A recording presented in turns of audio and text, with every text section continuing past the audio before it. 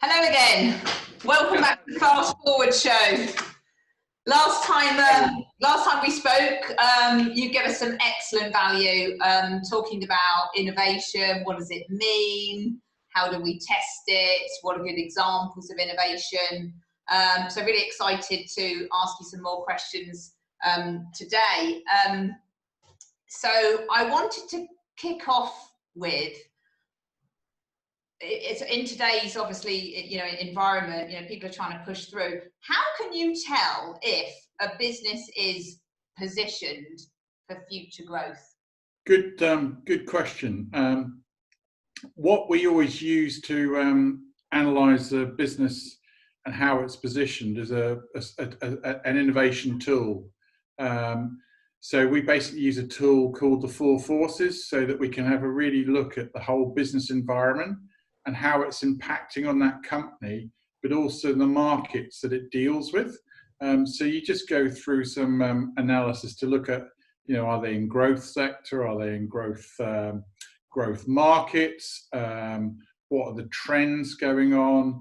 Is it something that consumer trends are, they're going to be buying more of? So there are ways and means to look at it from a business environment. But what I would also argue then is once you've done that, you then really need to actually have a look at their business model, because even if they're in a growth market, are they positioned in the right areas? Are their current targets and who they're aiming at, are those segments that are segments in growth?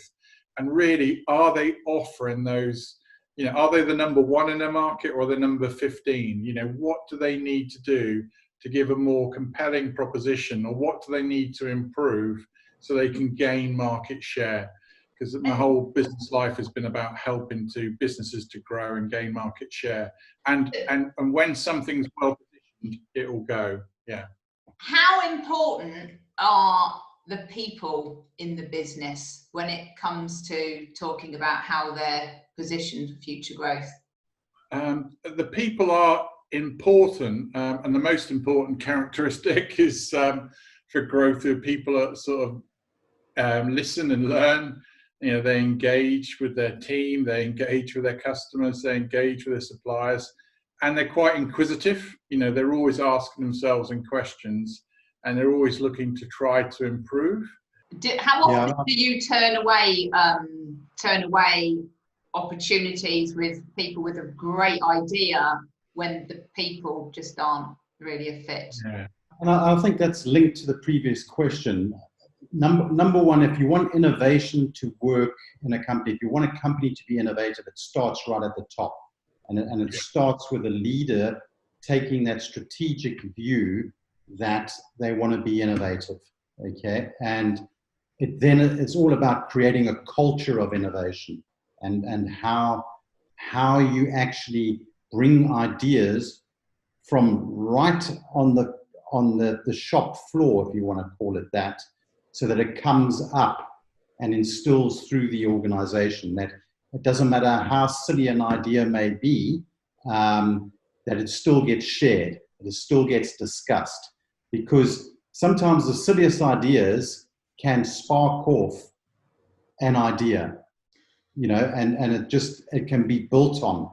So let's say then I'm a CEO of a large company, and I know I need to change something in my business. I need to make it more innovative, and I want to bring somebody in that is going to be, an MD that is going to be able to deliver on innovation. You mentioned earlier, make sure you get somebody that knows how to be innovative. What advice would you have for that CEO as to how to really know whether this MD was capable, apart from asking about previous examples and things? How would you know that? How would you assess them? So I would assess that person on their ability to, number one, listen, okay, and it's not, you might be given the function of innovation. Doesn't mean you the innovator. Okay, what's really important is for you to take feedback and take ideas and being able to put that through a process that creates some innovation.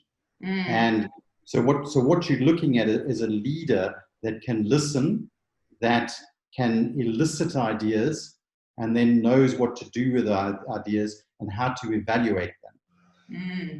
And then take it through a feedback process.